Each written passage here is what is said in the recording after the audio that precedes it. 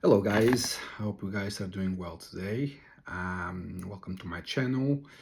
My name is Daniel and my company name is Energy Performance Solutions.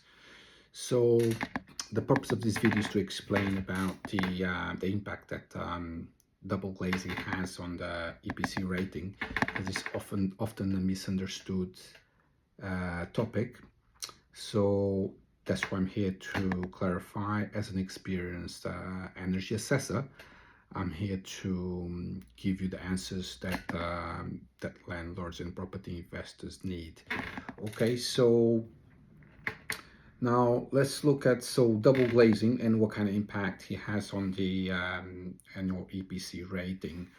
So the thing is, although double glazing for practical reasons is a great investment to the property, and definitely if you have drafty and bad frame windows, double glazing is definitely something to take into account, and that is something that increases the comfort of your home as well.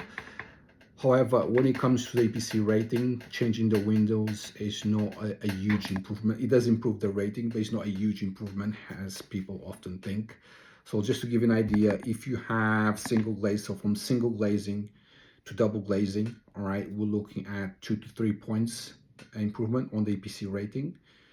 If you have, let's say, double glaze that is like 10 years old, and you change to another double glazing more recent, and so that one would be we're looking about 1 point difference, so it's not a huge improvement at all. So yeah, I think this clarification is important, because often what we experience with some clients is that people have old double glazing change to new double glazing, and hoping that it would get 8 points increase or 10 points increase, but that's not the case. So if you are looking to improve the energy rating of your property, there's other areas that you can gain more points. But as I said before, double glazing is a good investment for other reasons, for practical reasons, comfort. But in terms of EPC rating, it's not the improvement that gives you the greatest points. And this reasoning can also benefit some cases where you cannot change the windows. For example, if you own a listed property, or if you are a leaseholder flat or something of that nature, so that there's some restrictions there, and you might not be able to change the windows from single glazed to double glazed.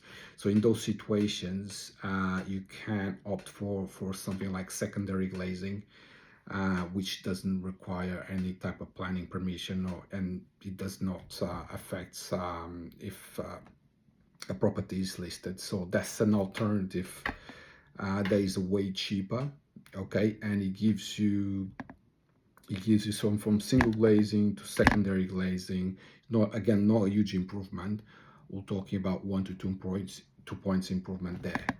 Okay, so yeah, so it is something that I thought I'll clarify, just to manage, the people's expectation when it comes to double glazing, because people often associate with the cost of the improvement with the improvement on the points, EPC points.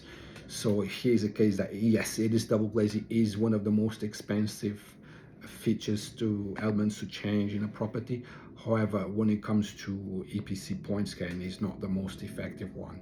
That's kind of how the EPC software works out. So if you're looking to improve your EPC rating, and you need advice and windows, heating system, you want to get there to the EPC rating C or B, we definitely recommend consulting us. We're EPC consultants. We do consultancy advice outside what the general EPC certificate can provide.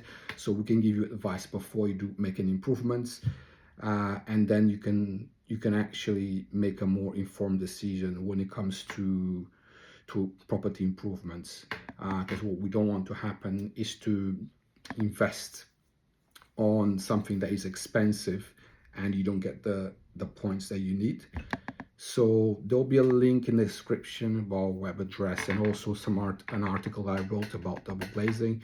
You can further look information there. If you have any questions, you can reach out to our website. All the contact information will be on the link below. Thank you.